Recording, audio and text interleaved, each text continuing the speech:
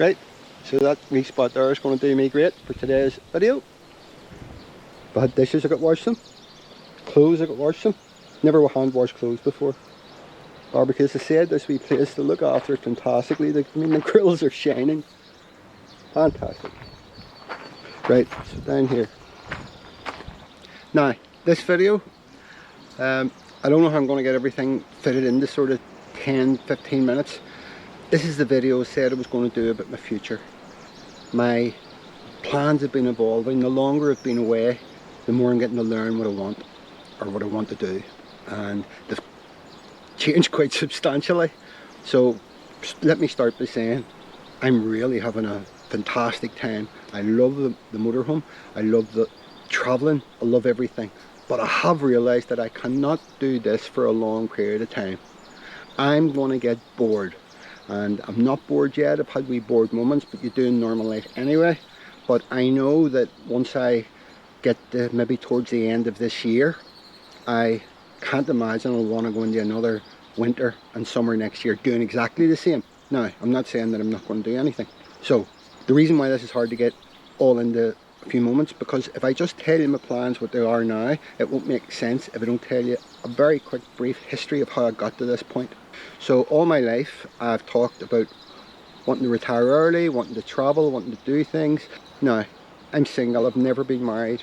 For most of my life, as a single man does, you date people for a while and then you don't, and then you move on. So I've always went on holidays with girlfriends, that's just the way it's been. But then as you get older, it slows down and dies off.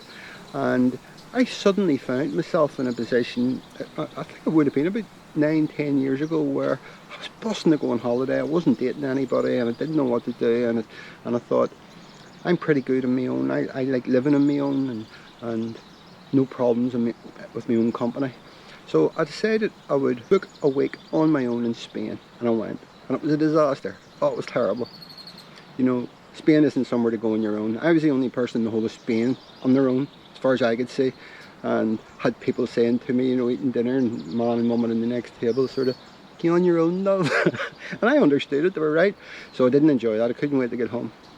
And then it was the same thing, and I dated somebody for a while, but then it didn't last very long, and I wanted to go on holiday again.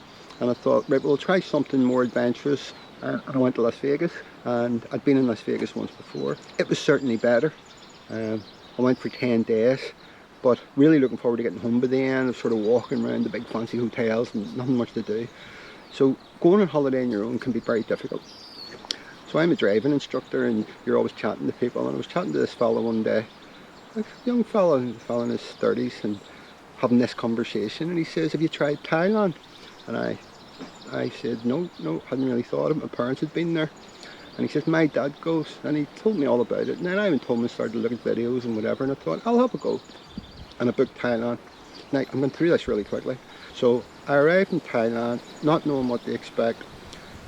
I fell in love with it immediately. If you watch other vloggers that live in Thailand, they all say the same thing. It's very hard to explain. Thailand is a wonderful country. As soon as I left the airport, it just felt great. And the people are the nicest people in the world. They genuinely are. They're always happy to talk to you. You walk up the street, just talk to anybody. And I get into my hotel and feeling really, really good. Went out for my lunch and ended up sitting talking to an Australian fella, and discovered that there's so many single people in Thailand, women as well, but mainly men, that you're just always talking to people and you've got stuff in common, and I fell in love with it. And I've been now 7 or 8 times. So over that period, and that would be the last 8 years, I've been formulating a plan in my head to move to Thailand to live. But there came a point when I realised I couldn't. It's too extreme. So far away. It gets so hot. I could tell you a ton of stories about the heat.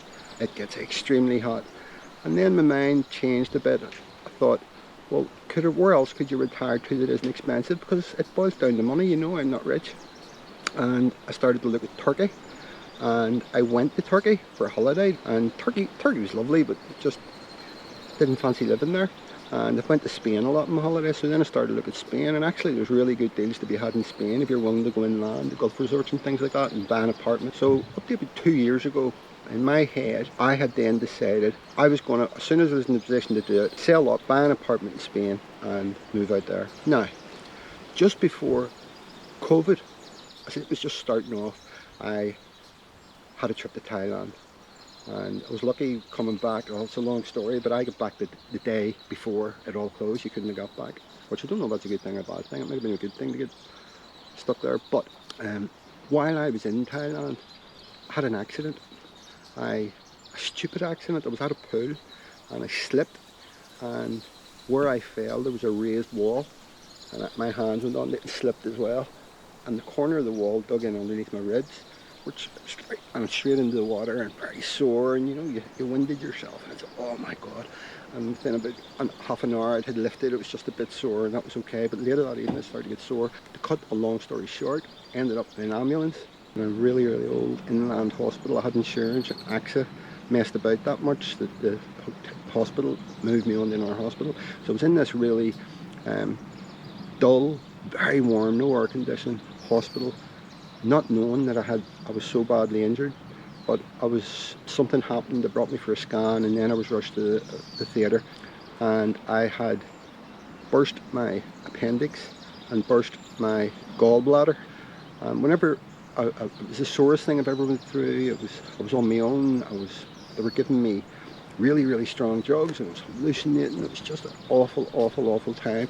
And whenever I eventually went to get through the operation, the doctor came to see me and she says, "You almost died. I mean, both of those things happened at the same time.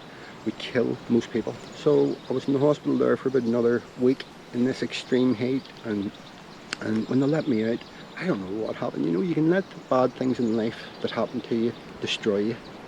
You hear it so often. It did the opposite to me. I felt so lucky. I remember when I got out of the hospital, I was in agony, but I knew it was going to be okay. I had 37 stitches right up. I'll show you them now, but I don't know if it's a good thing on YouTube, should I? But 37 stitches right up here, staples. And I was in agony and all bandaged up, and I was happy, you wouldn't believe it. And I got a Uber right back to Pattaya, where I was staying in Thailand. And I done a wee video there, and just sitting the next morning, and I remember this moment, how good you feel, how lucky you are. And it changed my whole mindset. The stuff that I'd been talking about doing all my life and retiring young and going whatever suddenly became, why would I not do it? And I got right into planning. And then COVID hit as soon as I got home, which was sort of good timing for me because I couldn't have worked. I was self-employed and I couldn't have worked, but because of COVID you get paid, so you're at home for a year, whatever, I'm getting paid. And you know, during lockdown there's nothing to do. So I was going through all the channels, see if you can find something, you know, the God channels and all, and the cooking channels and the shopping channels. And I came across this wee like camping thing, and there was a story on, and it was about a fella and his wife in London, a couple in their 40s, and they had great jobs in London, nice apartment, and weren't happy with life, and they decided to sell up, buy a motorhome and start living in a motorhome and travelling around. I can't remember if it was the world or Europe, and it hit me like a right. I'd never even thought of it before. It answers all my problems. I was worried if I did go and live somewhere like Spain, would I be bored, would I settle, would I have friends? I still always had, I really wanted to go to Thailand, but I knew I couldn't really, it was just too extreme for me in my head to think about doing that.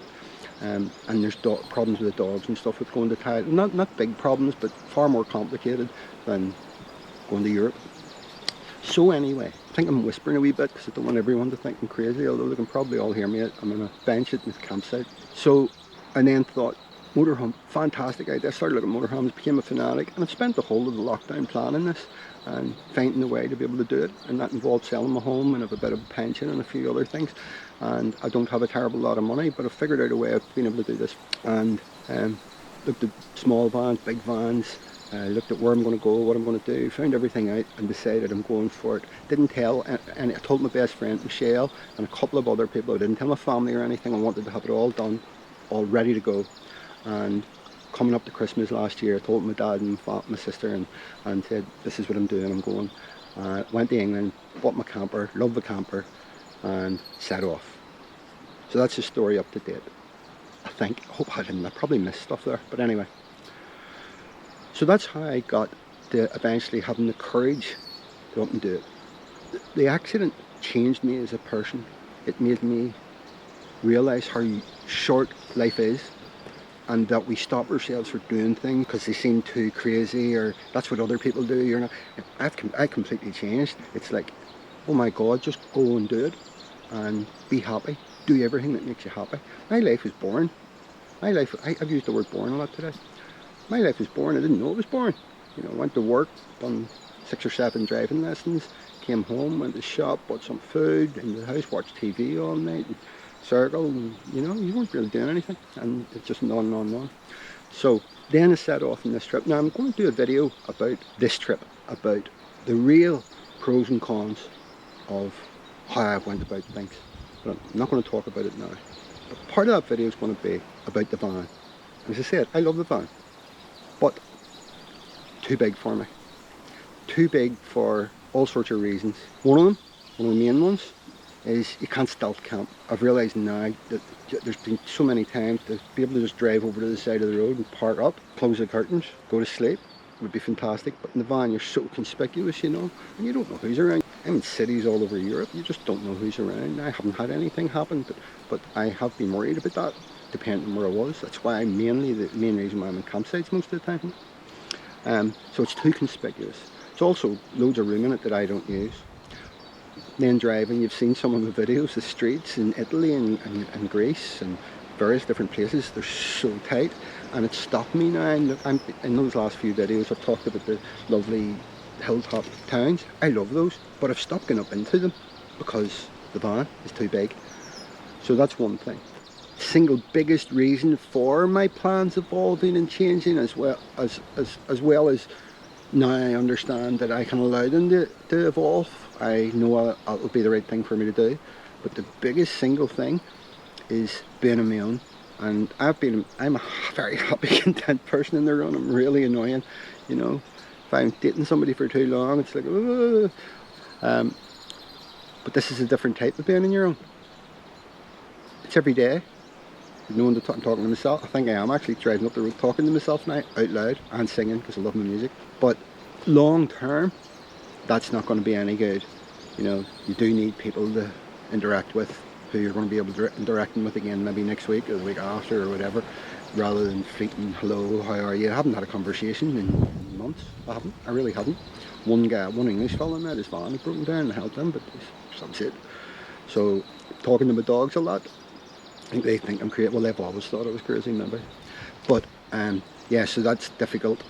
I don't know what sort of person you have to be to long term live in a motorhome on your own, away from friends, away from family. But I thought I was one of those, and I'm not. So putting yourself in situations where you're going to be places for longer periods of time, where you're going to meet friends, you're going to get to meet friends or make friends, is something I've realised is going to be important to me as the years roll on, you know, when you're doing this. But another fundamental change in my thinking is I've realised that I love being away, that I can do it, that any doubts or worries you would have about doing such a massive thing and maybe regretting it within a month or two of leaving and going and doing it, and you think, oh shit, this is no good for me. That didn't happen. I'm loving it, and it's made me realise I think I could live in Thailand. I think I could make that massive move now and move over there and travel around Thailand. Now, I wouldn't do Thailand in a camper van. Thailand's very cheap to rent nice apartments, so you can just move about every few months, that sort of thing. So I formulated this plan in my head. I hope this all made sense. You know, it's hard there's so many things. I'm thinking of things all the time here that I should say, but then I'm restricted with time. So I formulated the plan, and this is what the plan is. I'm going to start heading back to the UK, to Northern Ireland, in November. I'm going to sell my motorhome at that time, definitely, 100%. With the thoughts of buying. Oh, the other thing about the van is, I thought I wanted a big shower and a big bathroom and this, that and the other, and I've sacrificed some other things. It turns out the things that I've sacrificed I miss. One, I don't have a proper, fully fixed position to sit with my computer and work. I have to set it all out every time I'm going to do it. And my dogs are in long cords all the time, and I spend a big chunk of my life unwinding them from my chair and stuff. So I need a chair, a table and a desk to be in the right place, fixed. That's not going to happen. Number two, I sleep on the sofa because I don't like up above. I bought the van because of the up over the cab bit, thinking it would be perfect, and I don't like sleeping up there. So every night I have to put everything away and take it back. So we could design a smaller van, far better. Also, it's going to be more economical. So where was it? Right. So I'm going from the life I'm living now, considering I do enjoy it, although I would have to change my, I don't know what the word is, ethos. I wouldn't just travel from campsite to campsite. I would find another way of travelling around and maybe going home more often and things like that. Maybe do a lot of Scotland and Ireland and then away to Europe. Maybe go to Spain, do a while in Spain and back.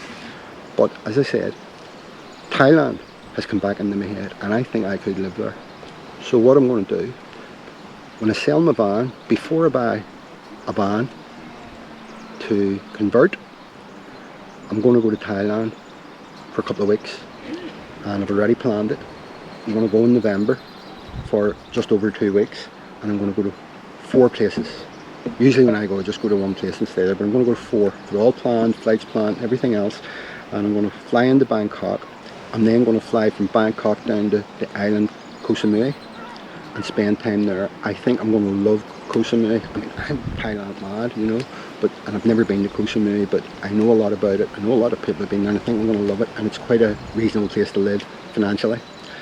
And then I'm going to stay there a few days, travel around the island, see what I feel about it. I'm then going to go to Phuket, and I'm going to do the same in Phuket. I have a friend in Phuket, and then I'm going to fly to Pattaya, where I've been most, but I don't think I could live in Pattaya. There's too much entertainment and nightlife and all that. You know, it's all it is, so I could get fed up with that very quickly. And then I'm going to fly back up to Bangkok and spend a few nights in Bangkok. So that's the plan, and that 2 weeks is for me to completely decide in my head, do I want to live here? If the answer to that's no, when I come home in November, I'm going to start then with the van, and I wouldn't be terribly disappointed about not going to Thailand, because I'm going to do what I feel like I want to do at the time, and that's either going to be live in Thailand or get my van and do the conversion and start travelling again, but in a different way.